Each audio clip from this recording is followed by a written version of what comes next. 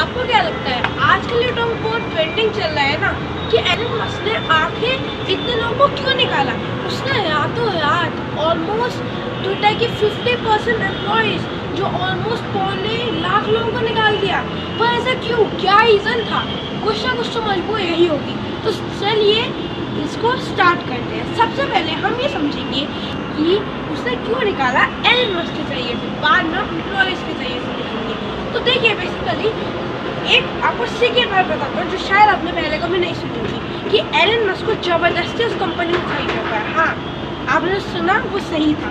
Actually क्या हुआ था, उसने अप्रैल मार्च के टाइम कहा था कि मैं ट्विटर को खरीदना चाहता हूँ, लेकिन तभी जो है उसने मना कर दी बीच में, जुलाई जून के आसपास। लेकिन फिर अपने CEO भैया जो इंडियन थे, इस वजह से एलन मस्क को उससे दुश्मनी भी हो गई थी कि उसने कहा नहीं अब तो तुम्हें खरीदना ही पड़ेगा। तो फाइनली उसने खरीद ही लिया एलन मस्क ने। इसका क्या रीज़न था कि कोर्ट ने कहा था, अमेरिकन कोर्ट ने, कि अब तुम्हें खरीदना पड़ेगा क्योंकि सारी चीज़ें हो चुकी है, तो उसको जबरदस्ती खरीदना पड़ा। अब एक्चुअली उस टाइम पे लिटरली ट्विटर ऑलरेडी डूब रहा था।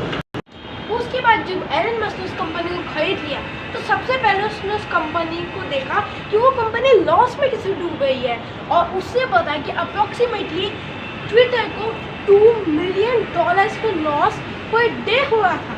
और एलन मस्क ने कहा कि हमारी कोई गलती नहीं है क्योंकि मैंने इनको सिर्फ इसलिए निकाला ताकि मैं उस लॉस को रिकवर कर सकूँ। जी हाँ, मतलब उससे एम्प्लॉयज़ की सैलरी से उस अमाउंट को रिकवर किया जा रहा था। क्या ये गलत चीज़ नहीं है? तो इसलिए उसने सबको निकाल दिया और उसने लिटरली रातों रात सबको कहा था अगर तुम पे कोई मेल आई तो समझ लो तुम फायर्ड हो, तुम पे नहीं आई मेल इसका मतलब तुम बच गए। और इसी बात पे कई लोगों ने, कई एम्प्लॉयज़ ने इवन कोर्ट में केस भी कर दिया, क्योंकि जैसे हमारे इंडिया में भी एक लेबर लॉ होता है कि आपको किसी भी एम्प्लॉय को निकालने से पहले उसको 2 महीने पहले बताना चाहिए। आप ऐसे नहीं निकाल सकते रातों रात।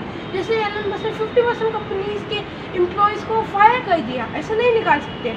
तो यहाँ पर ही हमारी टुडे की स्टेट आती है जहाँ पे एलन मस्क लॉस को कम करने की कोशिश कर रहे हैं, लेकिन धीरे धीरे ट्विटर का वैल्यू और ज़्यादा डूबता जा रहा है और वो कंपनी पे फोकस ना करते हुए एम्प्लॉयज़ को निकाले जा रहा है ताकि और कम कंपनी की स्पेंडिंग हो सके। एलन मस्क ऐसे ही एलन मस्क नहीं है।